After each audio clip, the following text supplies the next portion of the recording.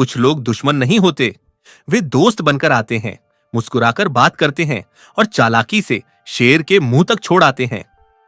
एक समय की बात है, एक विशाल और घना जंगल था, जहां पेड़ इतने सघन थे कि दिन में भी सूरज की रोशनी जमीन तक मुश्किल से पहुंचती थी। उसी जंगल में एक सरल दिल का गधा रहता था। वह मेहनती था, शांत स्वभाव का था और किसी का बुरा नहीं चाहता था। दिन भर जंगल के किनारे घास चरता, नदी से पानी पीता और शाम ढलते ही एक पुराने बरगद के नीचे आकर आराम करता।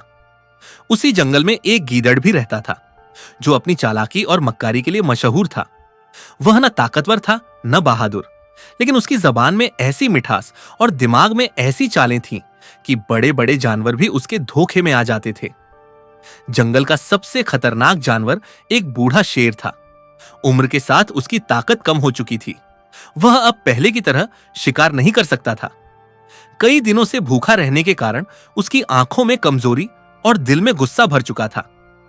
एक दिन गीदड़ ने शेर को निढाल हालत में देखा। उसके दिमाग में तुरंत एक योजना आई। उसने सोचा, अगर मैं किसी और को फंसा दूं तो मेरी जान भी बच जाएगी और मुझे एक ताकतवर दोस्त भी मिल जाएगा। गीदड़ की नजर तुरंत उस सरल दिल के गधे पर जा ठहरी। अगले दिन गीदड़ गधे के पास आया और बड़ी विनम्रता से बोला, भाई गधे, तुम कितने खुशकिस्मत हो, तुम्हें तो अपनी कद्र ही नहीं पता। गधा हैरान होकर बोला, मैं तो बस एक साधारण गधा हूं, इसमें खुशकिस्मती की क्या बात है। गीदड़ मुस्कुराकर बोला, जंगल के राजा शेर आजम तुम्हें देखना चाहते हैं। वे तुम्हारी मेहनत, सादगी और वफादारी से बहुत प्रभावित हैं। गधा घबरा गया, शेर, वह तो मुझे खा जाएगा। गीदड़ ने तुरंत बात काटी, अरे नहीं नहीं, वह अब बहुत बूढ़े हो चुके हैं, उन्होंने शिकार छोड़ दिया है। अब वे नेक जानवरों को अपना सलाहकार बनाना चाहते हैं। सरल दिल का गधा गीदड़ की मीठी बातों में आ गया। उसके दिल में पहली बार इज्जत और ओहदे का सपना जागा। उसने सोचा, अगर जंगल का राजा मुझे बुला रहा है तो मना करना बदतमीजी होगी।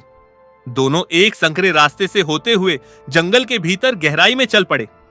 रास्ते में गधे का दिल बार बार घबराता, मगर गीदड़ हर बार हंसकर कहता, डरपोक मत बनो, बड़े ओहदे ऐसे ही मिलते हैं। आखिरकार वे एक गुफा के सामने पहुंचे। गुफा के अंदर से बूढ़े शेर की भारी सांसों की आवाज आ रही थी।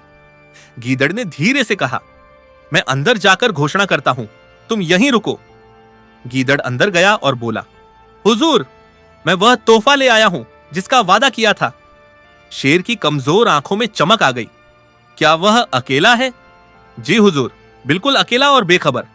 शेर ने पूंछ हिलाई। भेज दो। गीदड़ बाहर आया और गधे से बोला, मुबारक हो, शेर आपको बुला रहे हैं, बस अदब से अंदर जाना। जैसे ही गधा गुफा के अंदर दाखिल हुआ, शेर ने आखिरी ताकत जुटाई और एक ही झपट्टे में गधे को दबोच लिया। गधे ने चीख कर कहा, गीदड़, यह क्या कर दिया, तुमने धोखा दिया।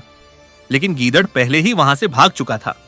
शेर ने गधे को खाते हुए कहा, अगर सादगी के साथ अकद्ल ना हो तो अंजाम यही होता है। कुछ दिनों बाद जब शेर फिर भूखा हुआ, गीदड़ दोबारा उसके पास गया, मगर इस बार शेर में इतनी ताकत नहीं थी कि वह गीदड़ को खा सके, और गीदड़ को भी कोई और शिकार नहीं मिला।